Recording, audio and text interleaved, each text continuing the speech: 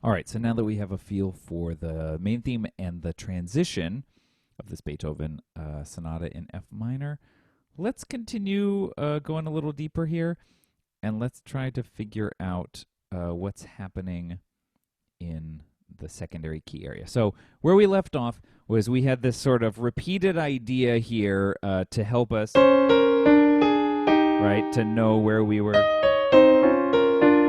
And he did it 3 times.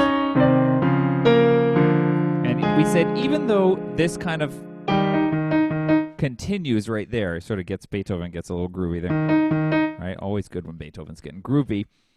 Even though that continues, we're still going to be considering that a cadence. And I just want to really quickly give a note here that this is something that we would call this an elided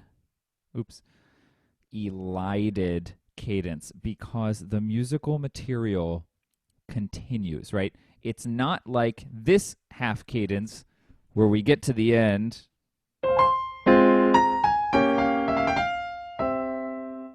and it stops, right? It's very different from that. This is an elided cadence. Elision is when two ideas, the end of one idea is the beginning of the next idea. And so with this,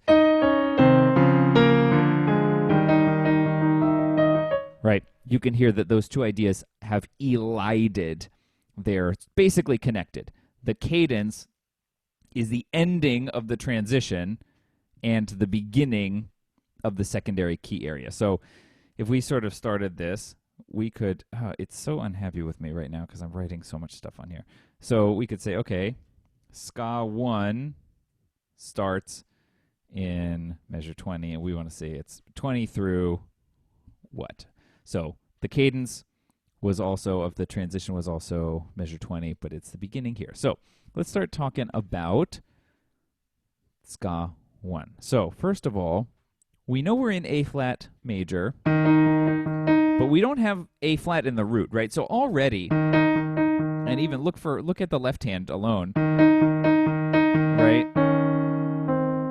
Right, it's not giving us A flat in the root for a very, very long time. I mean, not until here. So he's sort of already weakening the key of A flat major, and we've seen examples of that already. Look, the arrival in A flat major in the transition was fairly weak, and then we have this half cadence. So we don't have an authentic cadence in the secondary key.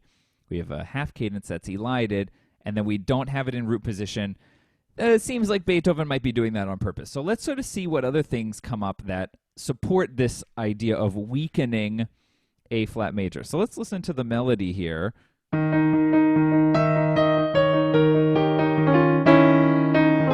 Sorry, I made a mistake there. That was an important mistake.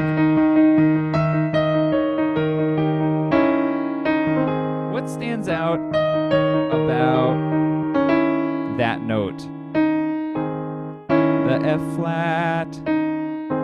Is F flat a note that we should get in A flat major? A flat major is, right, 4 flats. Don't tell Mr. Palumbo about my right hand scale fingering there. Right? So F flat is very much not an expected note in A flat major. So if we look at that F flat, and it sort of keeps coming up. We got this one up here. We got this one down here. Where might we expect to see an F flat, though? I mean, most of us wake up every morning hoping we won't see any F flats, but here we are. Well, another place that we might see F flat is in the key of A flat minor. And so we might consider this an example of modal mixture. So when we have this F flat here, that's here, this would be in the key of A flat. Do, re, mi, fa, sol, la is F flat, right? And so if we look at this, la, sol, fa, re, do, la, sol, do. That's a very, very sort of evocative la, sol, fa, re, do, la, sol, do melody, right? And it really, without doing too much minor, right? The 1 chord here is major. We get a nice happy, right, after our thing, we resolve to major. So it's still A flat major for sure, but the modal mixture gives it a much darker feel. Again, weakening the overall vibe of 3 as a major key for our secondary key area, which is really interesting. So Beethoven's very purposely doing that. So as we listen through this, that modal mixture, I would argue, is a pretty strong case for Beethoven unifying the secondary key area with the home key, with the main theme area, which is so strongly minor. So we talked about the fact that in minor key sonatas, the secondary key area will be major. And so in F minor, right, we said we're going to go to A flat major, which should have this exceptionally bright sound to it.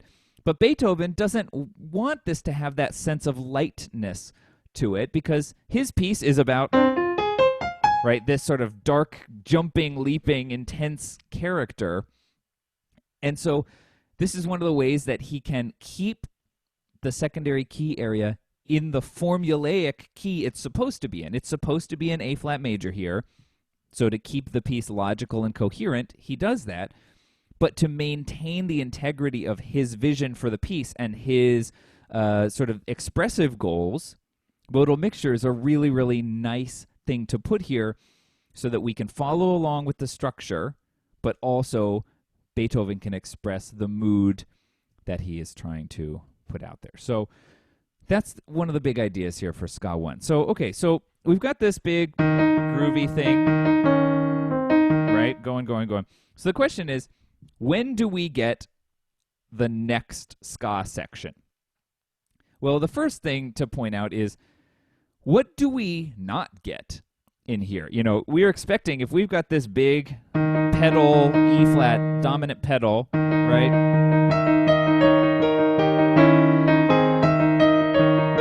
After a while, we're kind of expecting it to get to the 5 chord, right?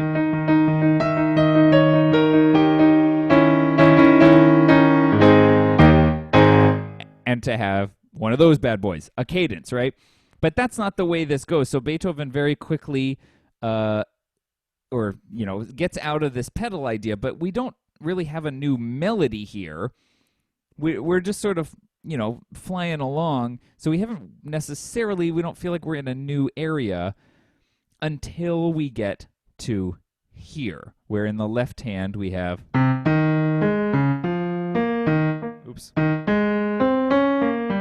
right? We finally have something that's kind of a new melody for us. So in the absence of cadential material to separate the skas, which is often the case, we kind of need to look to melodic material. And while, yes, the texture changes here and we get this really cool, that kind of thing, I don't really know that that's a strong enough melody to classify as anything. And then here, Beethoven is just kind of playing around, right? There's not really much happening, right? There's not really much going on there melodically. Oh, here's one of my texts that I tried to write. So instead of looking to that kind of thing, oh, this is great. I'm just going to leave it there. Instead of looking to that kind of thing, we often want to just look for new melodic material. And here Beethoven puts it in the left hand. Right? And this is an extremely, extremely typical Beethoven melody. So this is measure 33. So we're going to say ska 1 is 20 to 32. And let's come down here and let's try to figure out where ska 2 is. And so we're going to say it starts in 33. We don't really know yet how long it lasts, but it starts here in 33. And like I was saying, this is a very typical Beethoven melody in that the quote-unquote melody, like, look at those just together.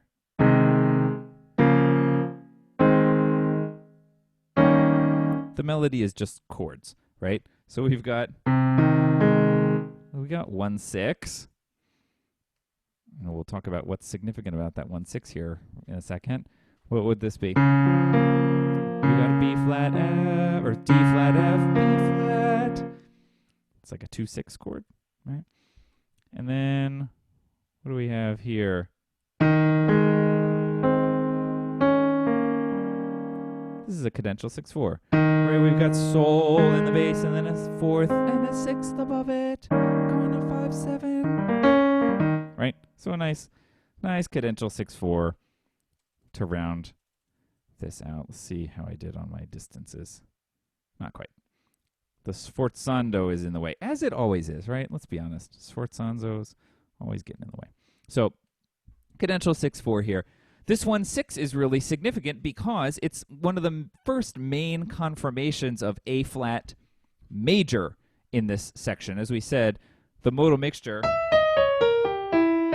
up here is very notable. And even though we've got some major stuff here, it's pretty snaky, pretty moving around in an unclear way. But when we get this melody, and then he repeats it again down the octave, right?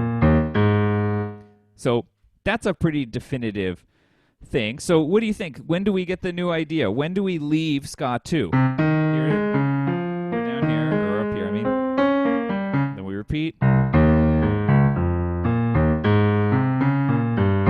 And then what happens? We've got...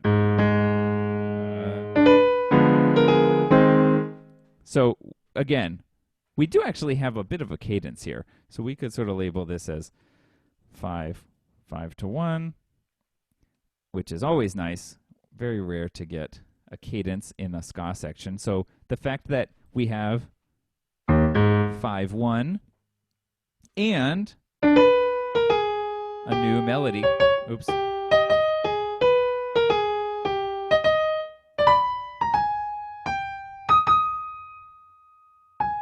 So we've got a new melody here tied to that cadence.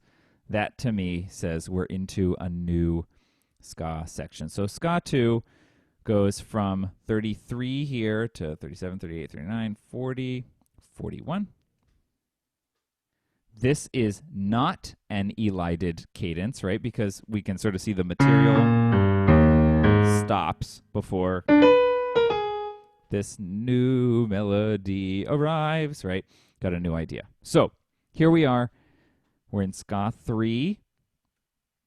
We're in ska 3, and so let's play, again, America's favorite game. We know ska 3 starts here in measure 41. We can actually pretty safely assume that we know where ska 3 ends. We don't have to really do too much thinking because we know the exposition is over at the repeat, right? So there isn't really much mystery here about where ska 3 ends. It ends here. This is 43, 4, 5, 6, 7, 8. So that's measure 48. But we still want to dig in because there's something interesting to unpack about the way Beethoven is using ska 3. So let's see here. We ended in A flat major. We had this nice, clear major idea. Then we got our cadence.